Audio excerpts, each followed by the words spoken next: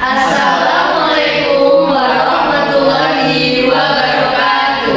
Kali ini kita akan membahas materi mengenai hak asasi manusia dengan mengangkat kasus pembantaian di Trisakti Semanggi 1 dan Semanggi 2 pada tahun 1990 sampai 1999. Perkenalkan anggota kelompok kami. Yang pertama ada saya Abdia Nugrania Nitias dengan NIM 2300003040. Dan saya Abdia Rizky Abduzaini dengan NIM 2300003042. Saya Galuh Purnamapuri dengan NIM 2300003045. Saya Putri Amalia dengan NIM 2300003057.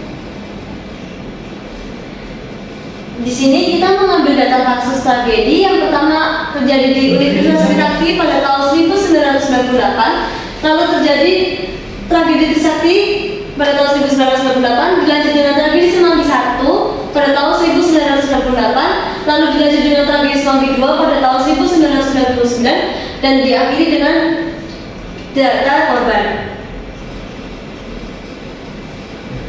Tragedi Trisakti pada tahun 1998. Tragedi Trisakti terjadi di Universitas Trisakti Jakarta, Indonesia pada tanggal 12 Mei 1998. Kejadian ini terjadi di tengah-tengah krisis ekonomi dan politik yang melanda Indonesia serta meningkatnya ketidakpuasan terhadap pemerintahan Presiden Soeharto yang telah berkuasa selama lebih dari 3 dekade.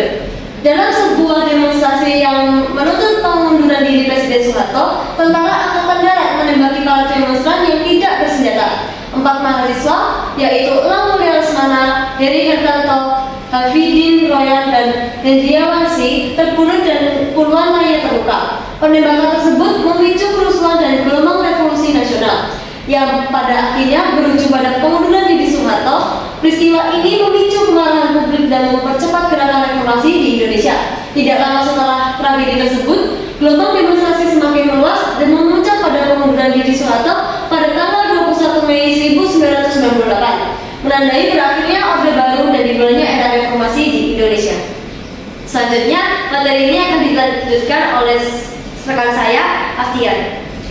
Tragedi Semanggi 1. Tragedi Semanggi 1 terjadi pada 13 November 1998 di Jakarta sebagai bagian dari gelombang demonstrasi mahasiswa yang menolak sidang istimewa MPR dan menuntut reformasi politik menyeluruh setelah jatuhnya Presiden Soeharto.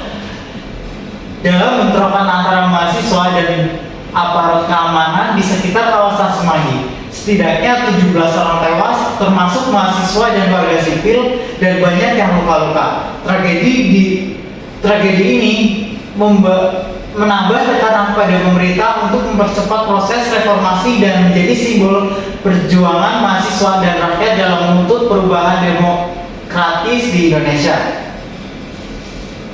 Tragedi Semanggi 2. Tragedi Semanggi 2 terjadi pada 24 September 1999 di Jakarta, Indonesia. Peristiwa ini terjadi saat mahasiswa menggelar demonstrasi menolak pengesahan Undang-Undang Penanggulangan Keadaan Budaya atau UU PKB oleh DPR. UU tersebut dianggap mengancam kebebasan dan demokrasi yang baru mulai berkembang setelah jatuhnya Presiden Soeharto.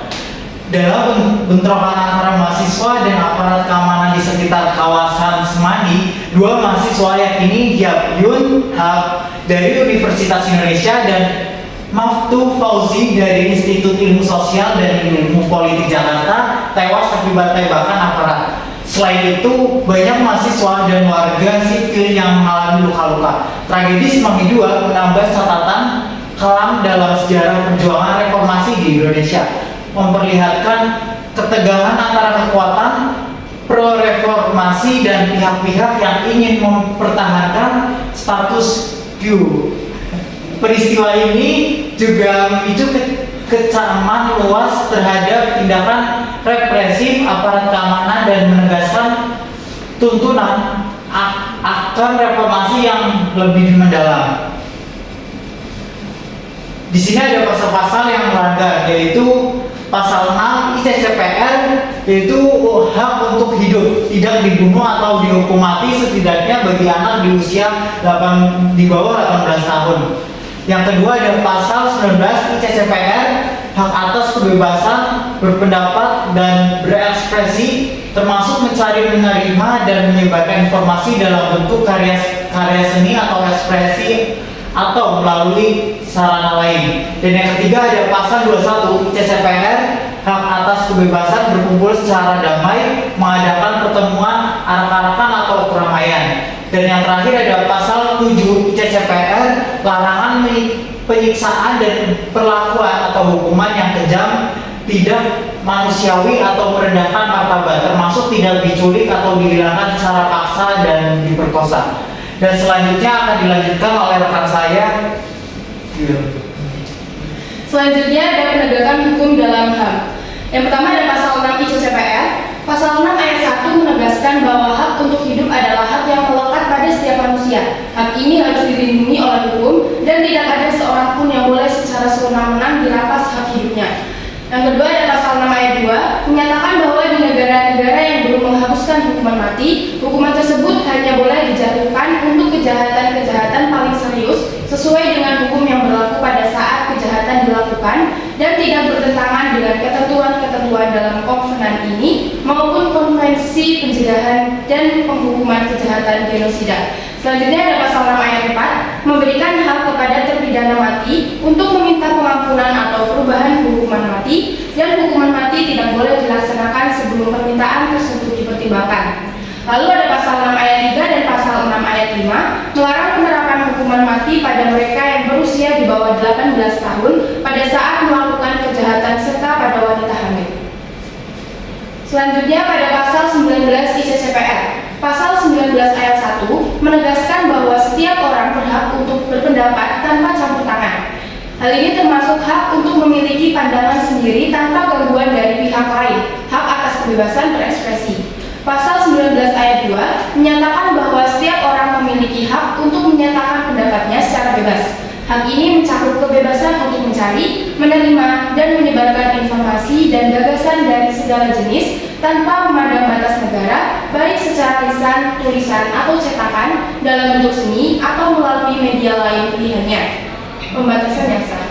Pasal 19 ayat 3 mengakui bahwa hak atas kebebasan berekspresi tidak bersifat mutlak dan dapat dibatasi dengan syarat pembatasan tersebut ditetapkan oleh hukum dan diperlukan untuk menghormati hak atau reputasi orang lain, melindungi keamanan nasional, ketertiban umum, kesehatan atau moral publik. Selanjutnya ada pasal 7 ICCPR. Pasal 7 dari International Covenant on Civil and Political Rights atau ICCPR menyatakan bahwa tidak seorang pun boleh disiksa atau diperlakukan atau dihukum secara kejam, tidak manusiawi atau merendahkan martabat. Secara lengkap, pasal 7 berbunyi, tidak seorang pun boleh disiksa atau diperlakukan atau dihukum secara kejam, tidak manusiawi atau merendahkan martabatnya. Khususnya, tidak seorang pun boleh dijadikan objek percobaan medis atau ilmiah tanpa persetujuan bebasnya. Penegakan hukum terhadap pasal 7 ICCPR mencakup beberapa aspek berikut. Yang pertama ada pelarangan pemiksaan, kedua pencegahan dan pelatihan, ketiga pengawasan dan penyelidikan, keempat pertanggungjawaban dan hukuman, kelima perlindungan korban, dan yang terakhir kebijakan nasional dan implementasi hukum. Selanjutnya akan dibawakan oleh Mutia. Pasal 21 ICCPR, pasal 21 menyatakan bahwa hak untuk berkumpul secara damai harus diakui. Tidak ada pembatasan yang boleh dikenakan pada pelaksanaan hak ini selain yang diberikan sesuai dengan hukum dan yang diperlukan dalam masyarakat demokratis untuk kepentingan keamanan nasional atau keselamatan publik, ketertiban umum, perlindungan kesehatan atau moral masyarakat, atau perlindungan hak dan kebebasan orang lain. 1. Perlindungan hukum. 2. Pembatasan yang sah. 3. Pemberitahuan dan izin. 4. Tindakan polisi dan penegakan hukum. 5. Prosedur hukum dan pengadilan. 6. Pengawasan dan pelaporan. 7. Edukasi dan pelatihan. Penyelesaian dalam kasus ini yaitu penyelesaian dari tragedi-tragedi tersebut terjadi melalui serangkaian upaya rekonsiliasi dan informasi politik. Hal ini meliputi pembentukan pemerintahan yang lebih terbuka dan akuntabel, pembentukan lembaga-lembaga independen seperti Komisi Nasional Hak Asasi Manusia atau Komnas HAM, serta upaya untuk memperbaiki hubungan antara masyarakat, sipil, dan aparat keamanan, Proses ini merupakan bagian dari perjalanan panjang Indonesia menuju stabilitas politik dan keadilan sosial pasca reformasi. Kurang lebihnya mohon maaf, sekian presentasi dari kami. Umur kakek sudah menua, namun tetap mencari kekasih. Semoga bermanfaat untuk semua. Kami undur, terima kasih. Wassalamualaikum.